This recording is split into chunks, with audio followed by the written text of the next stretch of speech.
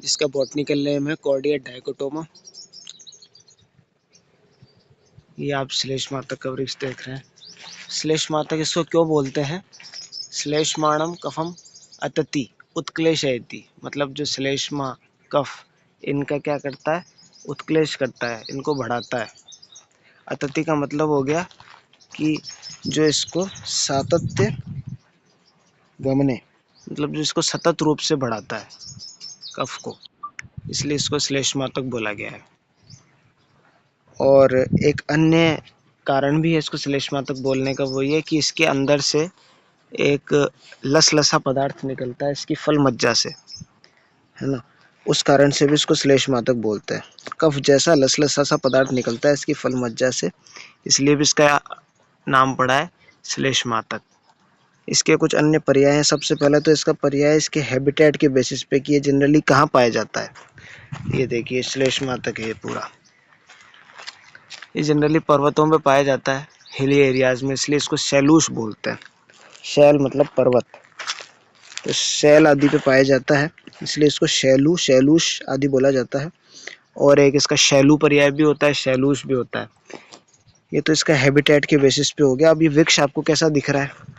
ये वृक्ष जब इसमें फ्लावरिंग आती है और फ्रूटिंग आती है तो, और जब इसके फ्रूट्स पकते हैं तो मोती जैसे आकार के दिखते हैं, तो दूर से देखने में बहुत सुंदर लगता है ना, इसलिए इसका एक पर्याय पड़ जाता है मुक्ता फल। और क्योंकि ये वृक्ष दूर से देखने में बहुत सुंदर लगता है, इसलिए शोभन, बहुत शोभनो वृक्ष होने के कारण, शोभित होने के कारण एक इसका पर्याय हो जाता है कांत वृक्षक। शोभन अल्प प्रमाण वृक्षक, तो बहुत देखने में बहुत सुंदर लगता है सुपरफिशियली ये वृक्ष, इसलिए इसको कांत वृक्षक भी बोलते हैं। एक इसका पर्याय है। अब इसके कुछ अपन देखेंगे कि इसकी फ्लावरिंग कैसी आती है, तो इसके फ्लावर्स आपको दिखाता हूँ मैं।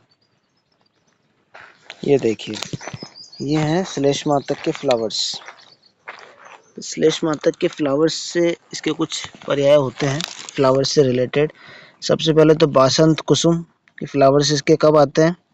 बसंत ऋतु में आते हैं, इसलिए इसको बासंत कुसुम बोलते हैं। एक इसका पर्याय हो जाता है फ्लावर से रिलेटेड गंध पुष्प, फूल में से स्मेल आती है, गंध आती है, इसलिए इसको गंध पुष्प बोलते हैं। दो पर्याय हो गए इसके फ्लावर से रिलेटेड, एक तो वासंत कुसुम और एक गंध पुष्प। अब इसके कुछ फ्रूट से रिलेटेड पर्याय देखते हैं।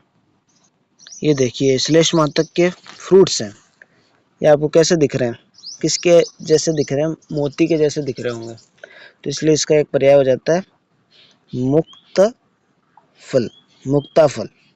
मुक्ताकारम फलमस्य, मुक्ताकार के फल होते हैं इसके, मुक्ता के आकार के और मुक्ता जैसे, इसलिए मुक्ताकार फल, मुक्ता फल। एक इसका पर्याय हो जाता है लेक शाटक।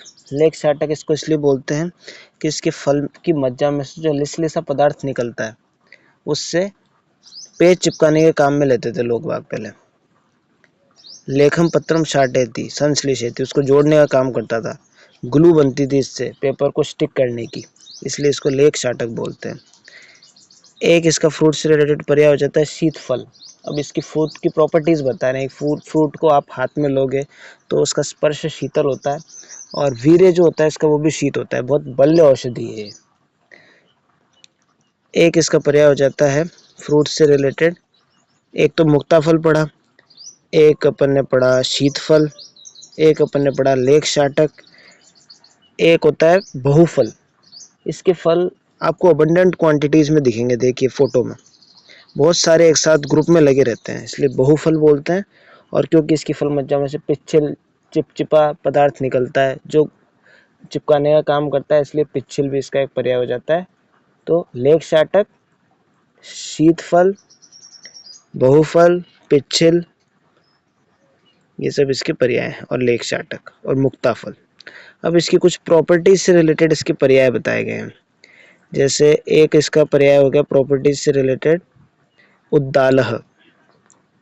उद्दाल मतलब उद्दालन, उन्मूलन, रोगों का उन्मूलन करता है। विषनाशक, बेस्ट विषनाशक औषधि है, इसलिए इसको एक विषघाती भी बोलते हैं। लूता विषनाशक, श्लेष्मातक, लूता नाशक होता है। सुश्रुत ने इसको लुता विष नाशक बताया श्लेष्मातक को, है ना। बेस्ट लुता विष नाशक औषधि है according to Charak and Sushruta. विषघाती भी बोला है इसको, विषम हंती। नेक्स्ट एक इसका पर्याय होता है प्रॉपर्टीज के बेसिस पे। श्लेष्मातक तो इसको कफ बढ़ाने के कारण बोलते ही हैं।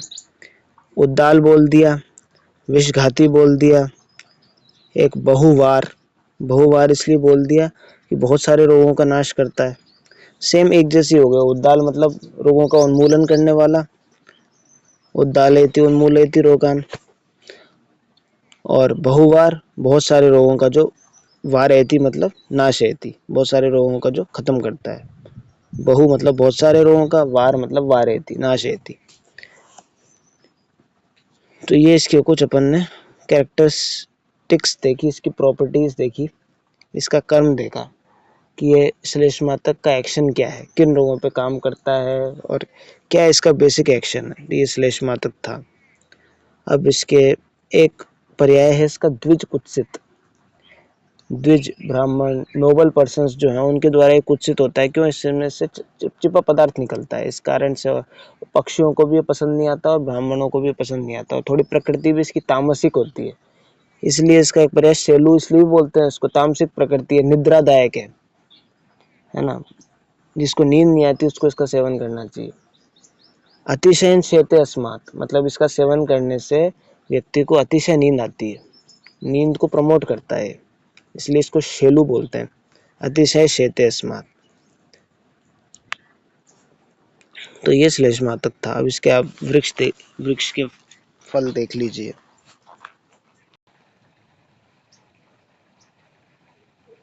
ये देखिए, ये श्लेष्मातक के फल है। तो श्लेष्मातक पढ़ा। धन्यवाद।